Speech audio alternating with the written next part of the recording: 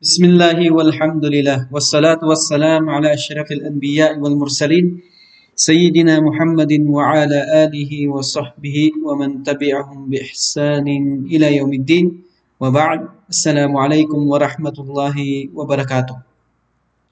Katulad po ng sinabi natin mga kapatid, mga mahal naming estudyante dito sa pag-aaral na ito na sa pamumuno ng Islamic Center ng Badia ay pagpapatuloy po natin yung pag-aaral natin sa wikang Arabi dito sa level 1 at tayo po ngayon ay nasa mga patinig. Okay? Ito po yung mga vowels na kung saan makikita po natin ang mga ito sa itaas ng letra o kaya naman sa ibaba ng letra. At ito po ay may mga uri na kung saan mababasa natin yung letra ng Arabic kapag nakita natin ang mga ito. So, mayroon siyang mga iba't ibang uri ng pagbasa. Okay? So, ang unang patinig na kukunin natin ay yung tinatawag na fatha. Okay? So, ang fatha ay makikita po ninyo na may isusulat siyang ganito na guhit na pahalang na pa-slide siya na nasa itaas ng letra. Okay? Binibigkas ito katumbas ng letrang A.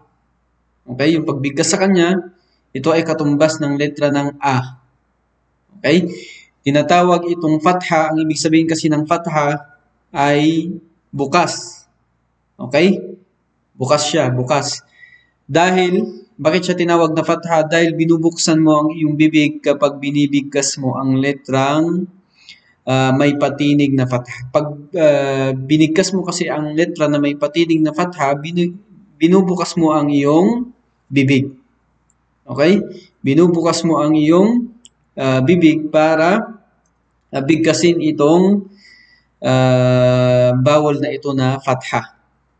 Okay? So, bukas siya. So, ang ibig sabihin ng fatha ay bukas sa wikang Arabic. Okay?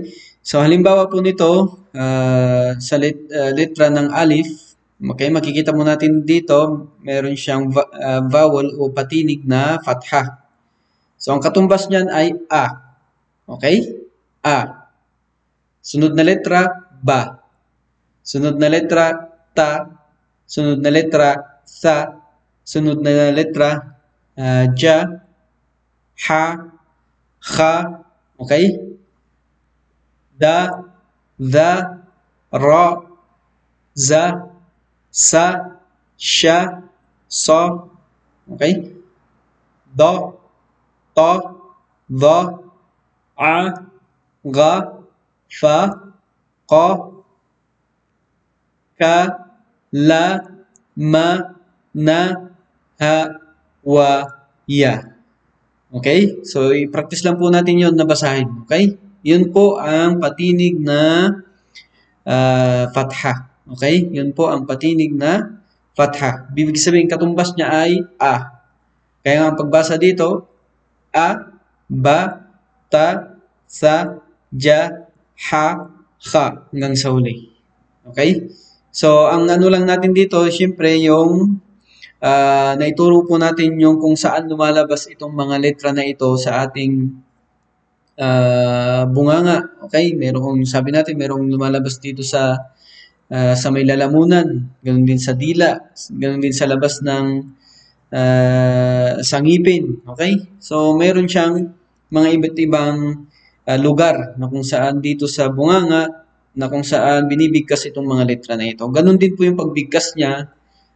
Kaso nga lang, binibigkas natin ito ng may vowel na. Okay? Ng may vowel na o kaya patinig. Okay? So may maikling pagsusulit dito, basahin ang mga sumusunod na letra mula kanan pa kaliwa at ipadala sa akin ang inyong boses ng pagbasa nito. Okay? So, basahin po ninyo ito. Ito ay sa inyo na, okay? Hindi ko nababanggitin. At mula sa kanan pa kaliwa, babasahin nyo siya, tapos ipadala nyo sa akin. Okay?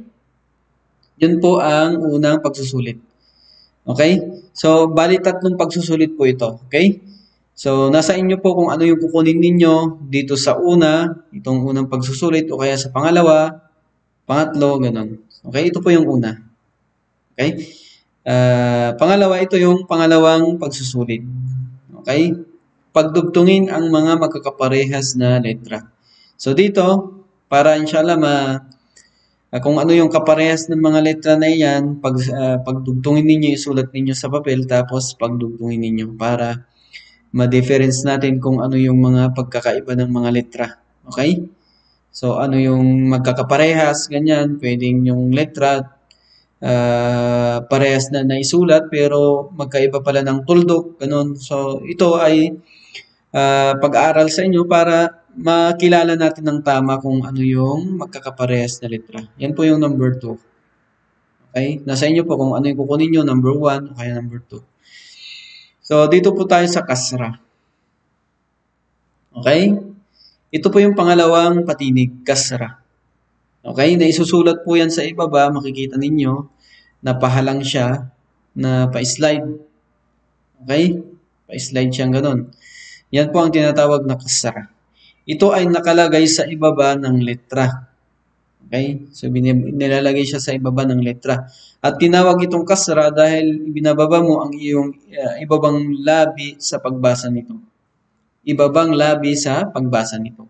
So, bali ito po, yung labi natin, dalawa, itaas at saka ibaba. So, dito po yung kasra. Kapag binibigkas natin, ito yung bumubuka pababa. Pababa siya. Bumababa, ganun. Okay? So, maghalimbawa tayo. Halimbawa, itong I. Okay? Itong alif. Okay? So, pagbasahin natin, I. Tingnan nyo. I. So, bumababa yung ibabang bahagi ng bibig natin. I. Okay? B. Okay? T. C. Okay? G. H. H. Okay? Medyo mas makikita natin na medyo mas mahirap na bigkasin, no? Kasi nga yung parte nito yung ibabang bahagi ng ating labi. Okay? D. Okay? Z. R. Z. C. She. Okay? C. D. Okay? T. V. I. R. F. Q. Q. Li. Mi. Ni. I. Wi. Yi.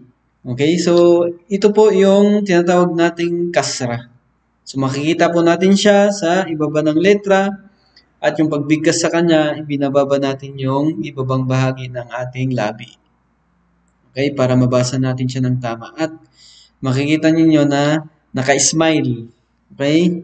Naka-smile kayo na magbibigkas nito. I, B, T, C, okay, ganun po. So, inshallah, practicein ninyo na basahin ito ng kasra hanggang alif hanggang ya. Okay? So, may maikli tayo ulit pagsusulit. Basahin ang mga sumusunod na letra mula kanan pa kaliwa at ipadala sa akin ang inyong boses ng pagbasa nito. So, ito po. Babasahin po ninyo ito mula sa kanan hanggang dun sa kaliwa.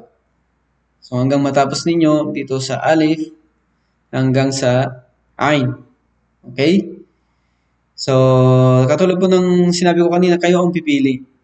Doon sa una, pangalawa, o kaya dito sa pangatlo na ito na halimbawa. So, dadako tayo sa dhamma. Ito yung pangatlong patinig. Okay? So, nakuha natin ngayon yung fatha, ganun din yung kasra. Ngayon po ay nasa dhamma na tayo. Yung dhamma ay makikita ninyo na para itong nakasulat na waw. Okay? Na letrang waw na maliit sa taas ng letra ito. So, ayan. So, makikita po ninyo lahat po ng patinig ng letra ng Arabic nasa taas. Okay? Maliban sa isa lang, yung kasra. Yung kasra po makikita natin sa ibaba. Pero itong mga tatlong natitira ay doon po sa itaas. So, ganyan po na isusulat ang Dhamma. Ito ay sinusulat sa itaas ng letra na guhit pabilog na may buntot pababa. Okay? Guhit siyang pabilog, ganun, wow siya. Kasi letra siya ng wow eh. Tapos mayroon siyang buntot na pababa. So, ganyan po yung pagkakasulat sa kanya. Mayroon pong ibang, inshallah, may demonstrate natin dito yung iba pang pagkakasulat sa kanya ng sa ibang paraan ng pagsusulat. Okay? Na Dhamma rin siya. Okay? Na Dhamma rin siya. Ito ay sinusulat sa itaas ng letra na guhit pabilog na may buntot pababa. Tinatawag itong Dhamma dahil kapag binibigkas ito ay bumibilog ang iyong bibig. So kapag binibigkas kasi natin ang Dhamma, bumibilog ito ang bibig natin. Okay? So kaiba sa kasra kasi yung kasra, pababa naman yung ibabang bahagi ng ating labi. Okay? Yung fatha, bumubukas lang siya. Okay? Pero itong Dhamma ay pabilog. Okay? Bumibilog yung bibig mo. Bumibilog yung bibig mo. So, halimbawa, ito. So, yung katumbas niya ay U. Okay? Katumbas niya pala ay U. Okay? Katumbas niya ay U. Ngayon, dito po, halimbawa itong U. Okay? U siya. Yung alif, binabasa ng U. Tingnan nyo, bumilog ang ating bibig, di ba? U. U. Ito, Bu. Okay? Tu, Su, Ju, Hu, Khu, Du, Zu, Ru, Zu, Su, Su, Shu, Su. Diba? So, itong sin at saka sod, okay?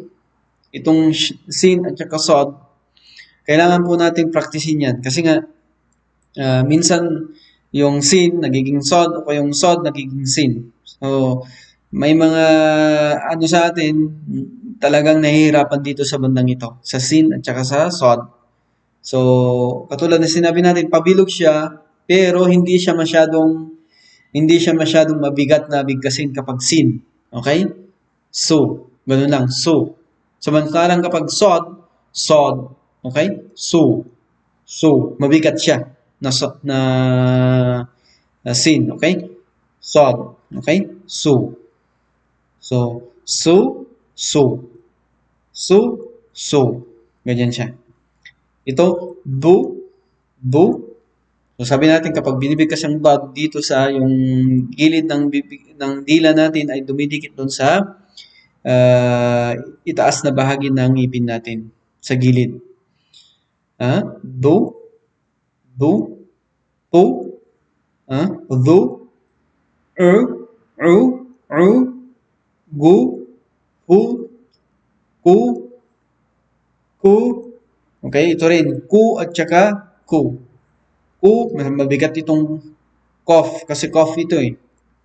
Ku, ku. Ku, ku.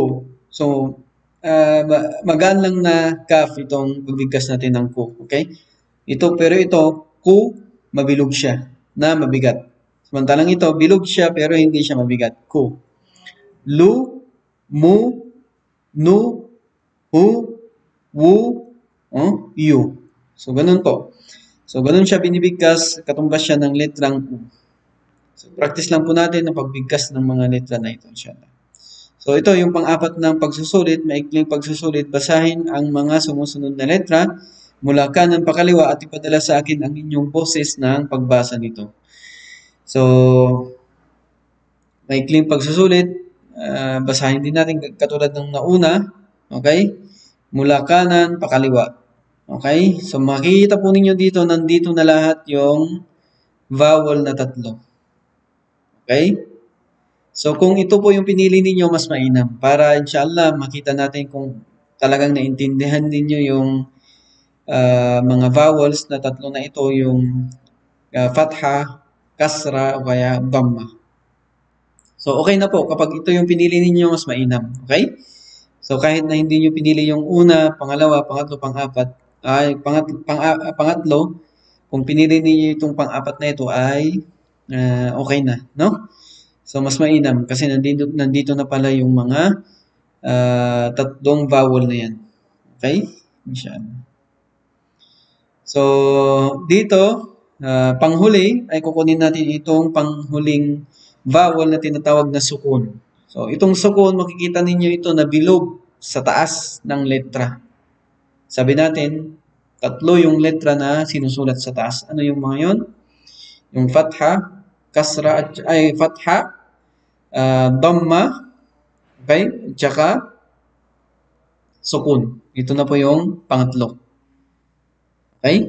Sinusulat siya sa itaas. Samantalang yung kasra sa ibaba siya. Okay?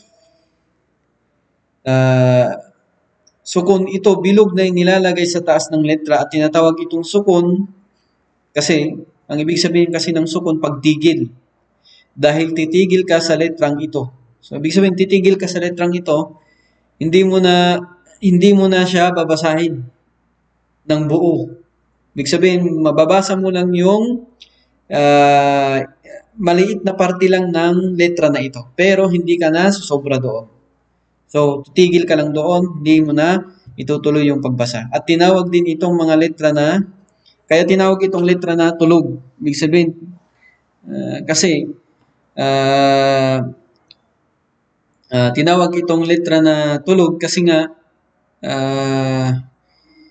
wala talaga siyang, wala talaga siyang, hindi siya mabibigkas maliban na lang kapag, kapag mayroong letra na sumunod sa kanya. Okay? Mayroong letra na sinundan niya. Okay? So, hindi mababasa ang sukun kapag walang letra na sinundan niya. Okay? Pag walang letra na sinundan niya. So, may paalala dito, hindi pwedeng mag-umpisa ang salita ng wikang Arabi na ang patinig ay sukun. So, tandaan niyo po yun. Okay?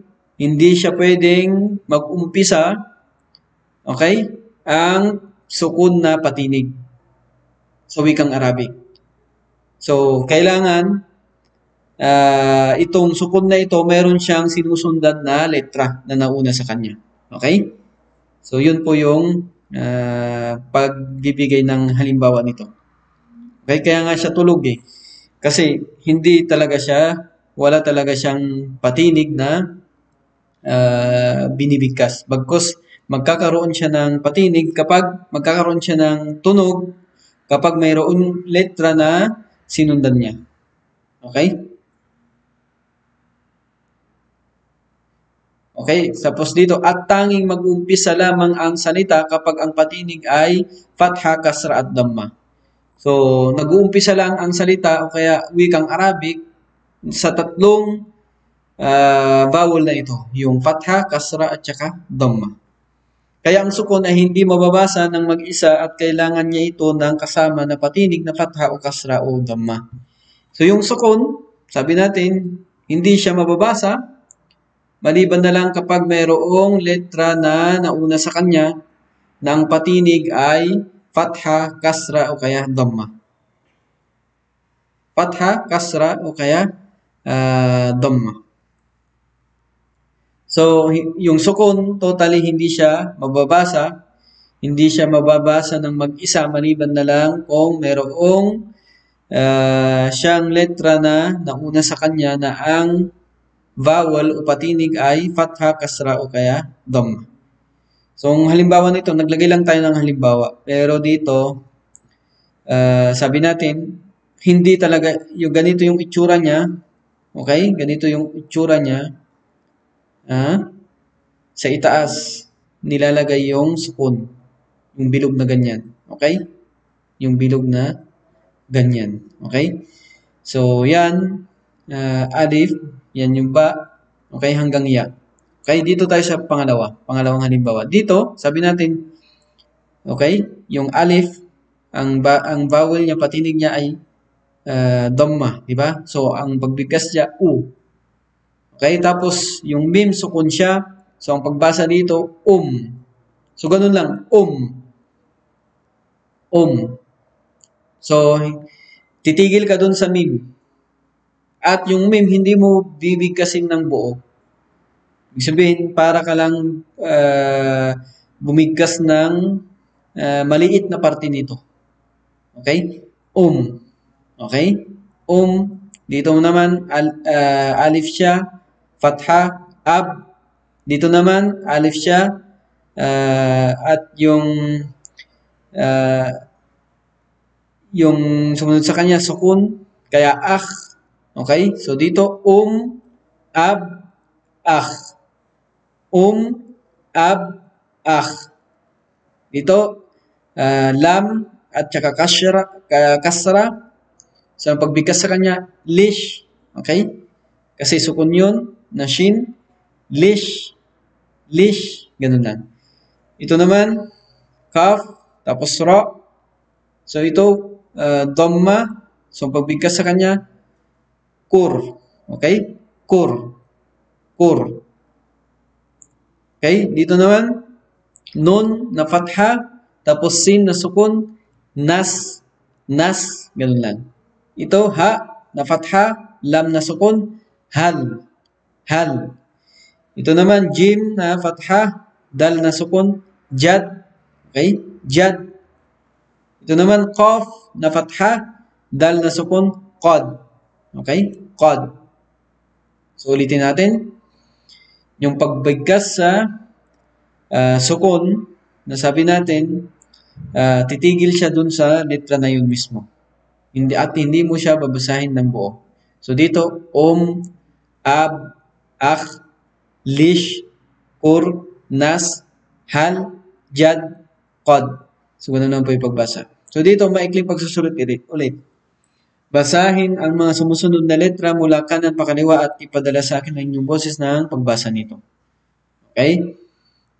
So, kayo po yung pupili, no? Ng mga maikling pagsusulit na ito na kinuha natin. Alin dito yung babasahin ninyo. Okay? Katulad dito. Okay? Magbabasa kayo dito mula kanan hanggang dun sa huli. Hanggang matapos yan. Okay? Pero kung kinuha ninyo yung pangalawa doon, yung pangatlo, o kaya yung pang-apat na yung na nandun lahat ng ng vowel, o kaya ito pala. Okay? Ito pala ay nandito lahat ng vowel, makikita ninyo. Okay? Fatha. Okay? Sukun. Fatha. Ain. Waw. Okay? Dito rin. Fatha. Dad. Ra. Ba. Okay? So, dito, pwede rin itong last na ito ang kukunin ninyo para hindi nyo na kukunin yung mga naunang mga pagsusulit na yun para inshallah ay mas maging magaan sa inyo yung pagsusulit na kaunti na ito. At alhamdulillah, may mga kapatid din tayo nagsisend ng mga pagsusulit na ito kahit na paunti-unti pero inshallah ay hangad namin sa inyo na maging mas kaya namin ginagawa itong mga pagsusulit na kaunti na ito para magkaroon kayo ng kasi kung hindi natin i-practice ang ating sarili sa pagbasa nito, hindi tayo matututo. Kailangan po nating i-practice. Okay? Pwede niyong i-practice sa inyong sarili lang. Okay? Pwede rin namang mag-send kayo sa ustad ninyo ng mga binabasa ninyo para inshallah sila ay mag-check ng inyong mga kamalian o kaya kung may mga tamang pagbasa nito ay may i-guide kayo sa tamang pagbasa. Okay? So hanggang dito lamang mga kapatid sa panampalatayang Islam, nawa ito ay nakapagbigay ng kaunti sa atin na aral ukol sa wikang Arabic at ito ay paunti-unti inshallah. Hindi natin kailangan ng pangmabilisan na pag-aaral pero hindi naman natin naunawaan. Okay? Wa akhiru da'wana anil hamdulillahi rabbil alamin. Assalamu alaikum warahmatullahi wabarakatuh.